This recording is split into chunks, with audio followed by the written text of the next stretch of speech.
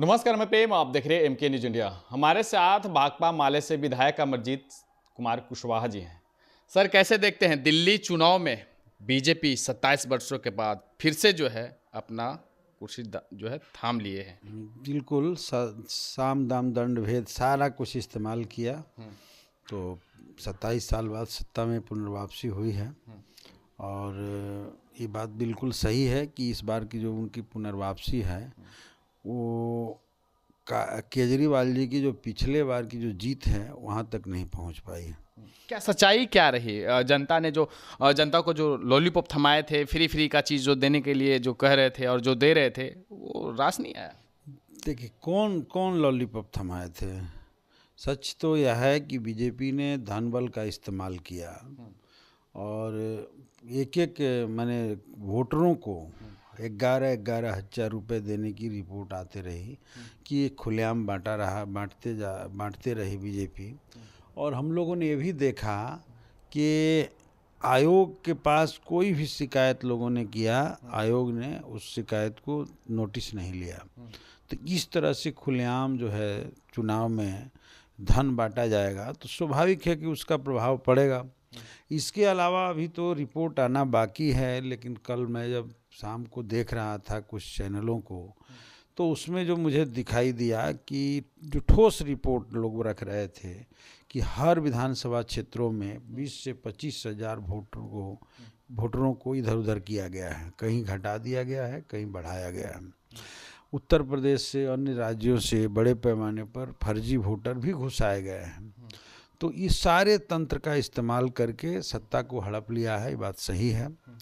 और दिल्ली की जनता के तो इच्छा नहीं थी कि बीजेपी आवे, लेकिन फिर भी बीजेपी आ गई। जैसे महाराष्ट्र में भी यही हुआ, वहाँ की जनता लगातार कहते रही कि हम लोग वोट तो कांग्रेस को दिया लेकिन जीत बीजेपी गई। तो यहाँ भी वोट लोगों ने आपको दिया, लेकिन इन लोगों ने जो फर्जी वोटरों को के माध्यम से वोट बढ़ा लिया, इसकी वजह से जीत हुई। नहीं तो अगर ईमानदारी से वोट हुआ होता। आपके कई गंभीर आरोप लगा रहे हैं आप तो। 11,000 रुपये में वोट बेचे जनता ने। नहीं, जनता ने बेचे नहीं, बांट करके उसे प्रभावित करने की कोशिश किया गया। 11,000 रुपये में खरीदा गया ना।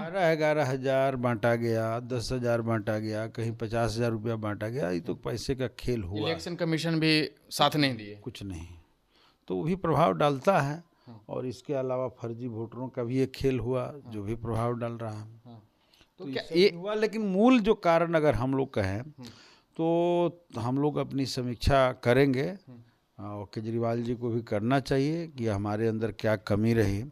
तो काम तो उन्होंने बहुत किया, इसमें कोई शक नहीं है, लेकिन उस काम को ज़मीनी स्तर पर संगठन के निर्माण में नहीं लगा पाया। और वो जो है भाजपा का जो निचले स्तर पर संगठन में जो संगठन है, जिसके ताकत के बदौलत और फर्जी वोटरों को वोट डलवा करके अपने बूथ लेवल पर जो मैनेजमेंट किया, इसके वजह से भी एक उसको सफलता मिली है। एक उनका भाषण जो है सोशल मीडिया पर काफ़ी वायरल हो रहा है कि जेल से बाहर आने के बाद जो है उनका एक भाषण आता है कि अगर हमें आप वोट देंगे तो हम बाहर रहेंगे, अगर हमें आप जेल भेजना चाहते हैं तो वोट हमें नहीं देंगे। अब उनका बात है, अब इसे कैसे जोड़ते हैं? इसको क्या कहा जा सकता है, वही उनका अपना वक्तव्य है। आरएसएस इसमें अहम भूमिका निभाई है, आरएसएस के द्वारा भी अहम भूमिका निभाई है। आरएसएस का बिल्कुल भूमिका है। आरएसएस का निचले स्तर पर जो रोल है और ये पूरे देश के भीतर जो नफरत का जो लगातार बीज बो रहे हैं, संभल से लेकर के अजमेर शरीफ और पूरे देश के भीतर, तो इन सब का भी एक ध्रुवीकरण हुआ ही होगा, इससे इनकार नहीं किया सकता। तो अभी तो इसकी समीक्षा होगी तब पता चलेगा क्लियर कि क्या हुआ है। लेकिन अभी तक जो मोटा मोटी बात आ रही है उसमें यही आ रही है कि सांगठनिक कमजोरी भी रही है। और दूसरी बात जो आ रही है, बीजेपी ने सारे तंत्र का इस्तेमाल करके वोट को हड़पा है। आयोग ने भी निष्पक्ष चुनाव कराने में सफल नहीं रहा। जी, बिहार को कई बार उन्होंने जो है जलील करने का काम किया है। 500 रुपये लेते हैं और ट्रेन पकड़कर चले आते हैं, फ्री का इलाज कराते हैं। पूर्वांचल को लेकर भी कई बार उन्होंने बयान दिया था, उस पर भी कई बार जो है पक्ष विपक्ष आमने सामने दिखे। क्या इन सभी बयानों के साथ साथ और यमुना को जो सफाई करने का जो उनका जो एक बड़ा कदम था वो नहीं सफल हो पाया, इसके कारण भी हो सकता है? अब तो वहाँ की जनता किन किन चीज़ों को प्रधान बना करके देखी है, इस तो अभी समीक्षा का विषय है। मैं कह रहा हूँ जमुना सफाई होना चाहिए, नहीं हुआ, इसका भी प्रभाव हुआ होगा। और साथ ही साथ बिहार के लोगों को अपमान करने की जहाँ तक बात है, तो इस पर तो मुझे नहीं लगता है कि ये कोई बहुत बड़ा मामला था। और किस संदर्भ में केजरीवाल जी ने कहा था, उस संदर्भ बदल करके भाजपा के लोगों ने प्रचार किया। संदर्भ उनका ऐसा नहीं होगा, बल्कि उनका एक बहुत सकारात्मक संदर्भ होगा कि हम लोग जो है माने 500 रुपया में आते हैं, लोग इलाज मिल जाती है, इस हमने ये मदद किया है। अब उसको दूसरे लोग जो है दूसरे रूप में प्रचार कर दिया हो, तो वो तो वो बहुत बड़ा कारण नहीं है। मूल कारण अगर खोजिएगा तो केजरीवाल जी की पार्टी 10 साल पहले एक आंदोलन से पैदा हुई थी। हाँ, अन्ना हजारे के आंदोलन से। तो एक अचानक पैदा हुई, फिर जनता का एक बड़ा मूवमेंट के कारण एक जो प्रभाव था उससे सत्ता में चले आए। और सत्ता में आने के बाद जो जरूरी काम था, एक तो आंदोलन की काम भी उन्होंने ठप किया, और जो जरूरी काम था कि पार्टी का विस्तार निचले स्तर पर संगठन के रूप में किया जाए, ये भी नहीं हो पाया। और कई कई बार तो हम लोगों ने देखा कि इन्होंने खुद भी ऐसा कुछ बीजेपी के जैसे मान लेते हैं कि हम तो इससे सही हम लोग ये नहीं करते कि भाई बीजेपी की जो काम करती है उसी रोल में आप भी जाएं। अब वो व्यक्तिगत तौर पे कोई पूजा पाठ करे, ये कोई बड़ी बात नहीं है, लेकिन राजनीतिक दृष्टिकोण से अब कोई जय श्री राम कहता है तो अब जय हनुमान कहते हैं, तो बात तो एक ही होती है कि वो जय श्री राम का नारा लगा करके और समाज का ध्रुवीकरण कर रहे हैं, तो आप उसी दिशा में बढ़ने की कोशिश करते हैं कि ऐसा ना हो। तो हम समझते हैं भाजपा उसके चैंपियन पार्टी है देश को दंगा में झोंकने का, सांप्रदायिक ध्रुवीकरण करने का। तो उसका जवाब एक अपना स्टैंड क्लियर करके इनको जो देना चाहिए था, उसमें भी कहीं न कहीं कमी रही। लेकिन सब कुछ के बावजूद भी अगर निचले स्तर पर संगठन मजबूत होता तो उसका मुकाबला हो सकता था। जहाँ कमी रह गई है उसको ठीक किया जाए। अन्ना हजारों को अपनी पार्टी से दूर रखना, अन्ना हजारे से कटकर रहना, ये भी एक बड़ा मुद्दा बन सकता है हार का। अन्ना हजारे कट के रहते हैं कि काट के रखते हैं, ये तो वहाँ की बात है, मैं नहीं इस पर कुछ कह सकता। कांग्रेस पिछले कई चुनाव से जो है जीरो पर ही आउट हो जा रही है, क्या कहेंगे इस पे? तो वहाँ तो लड़ाई ही दो खेमा में था। जनता जो है एक तरफ केजरीवाल थे और दूसरे तरफ बीजेपी थी। तो तीसरे की जगह जब दो पोल में तीखा ध्रुवीकरण होता है तो आप कितना हो अच्छे हों, लेकिन आपके पक्ष में जनता नहीं। राष्ट्रीय पार्टी होने के बावजूद भी मैं कह रहा हूँ कि जहाँ क्षेत्रीय पार्टियाँ आ जाती है सामने बीजेपी के सामने, वहाँ राष्ट्रीय पार्टी का भी अस्तित्व खत्म हो जाता है। और जहाँ क्षेत्रीय पार्टियाँ उस लेवल पर नहीं है, वहाँ राष्ट्रीय पार्टी जो है मजबूती के साथ दो राष्ट्रीय पार्टी टकराती है। तो ये जो है लड़ाई ध्रुवीकरण जिस दिशा में होता है उसमें तीसरी पोल बना पाना एक मुश्किल हुआ कांग्रेस के लिए।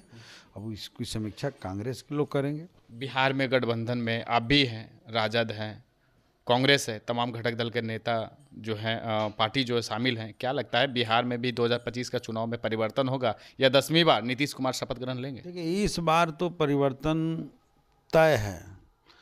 और ये बता दें हम आपको कि एकजुटता के साथ गठबंधन यहाँ लड़ेगा और नीतीश जी को विदाई का मन पूरे बिहार की जनता ने बना लिया है। इस दिल्ली के जीत से भाजपा के लोगों को बहुत जो है इतलाने की ज़रूरत नहीं है। मैं कह रहा हूँ कि 20 साल के साथा से बिहार की जनता उभी है और 20 साल में सिर्फ और सिर्फ भाषण हुआ, काम कुछ नहीं हुआ।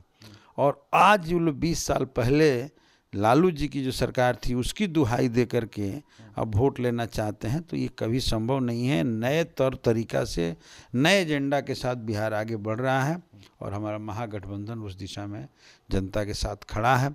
हम तो देखे कि ये कह रहे थे लोग कि नौकरी कहाँ से मिलेगा, लेकिन बिहार में 17 महीना के अंदर महागठबंधन ने दिखा दिया कि नौकरियां कहाँ से आता है। दोनों के, दिल्ली और पटना के दोनों ही सरकारों के लिए बहुत बड़ा सबब है कि कैसे जो है मिल गया।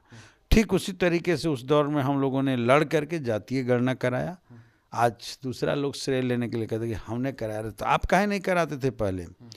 फिर जो है उसी जातीय गणना में जो आर्थिक सर्वे का रिपोर्ट आया वो तो इनके 17 सालों के 18 सालों के पूरे सरकार के जो है पोल ही खोल दिया।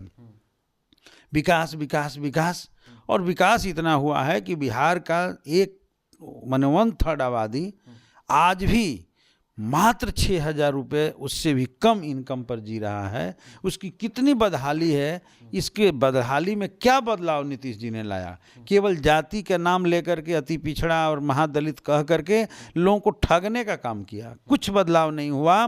आज भी बिहार के लाखों परिवार ऐसा है जिनके पास रहने का ज़मीन नहीं है, सर पर छत नहीं है, उनकी आमदनी नहीं है, और हमारे बिहार के युवा जाकर दूसरे प्रदेशों में अपमानित हो रहे हैं। इसमें इन्होंने कोई बदलाव नहीं किया। मैं तो चैलेंज देकर कह रहा हूं कि 20 सालों के शासन में इन्होंने एक इंडस्ट्री पूरे बिहार के भीतर लगाया हो, बता दें?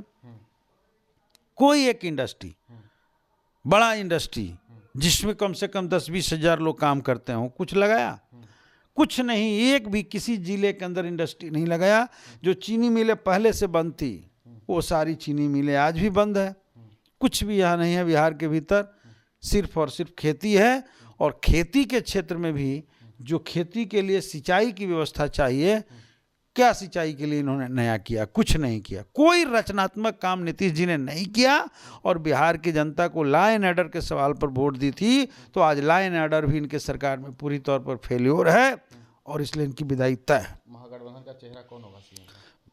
ये कहने की बात है भाई, ये तो पूरा बिहार जानता है। हमारे नेता प्रतिपक्ष के नेतृत्व में आरजेडी हमारी प्रमुख पार्टी रही है, और हम सब लोग एकजुट होकर के लड़ते रहे हैं। और ये सब हम लोग रोज रोज बोलते रहेंगे, पहले से ही सारी लोग समझ रहे हैं। एकजुटता के साथ चुनाव होगा। चलिए, तो इन्होंने तमाम सवालों को जवाब देते हुए क्या कुछ कहा आपने सुना। इस तरह तमाम खबरों के लिए बने रहे, देखते रहे एमके न्यूज़ इंडिया। धन्यवाद।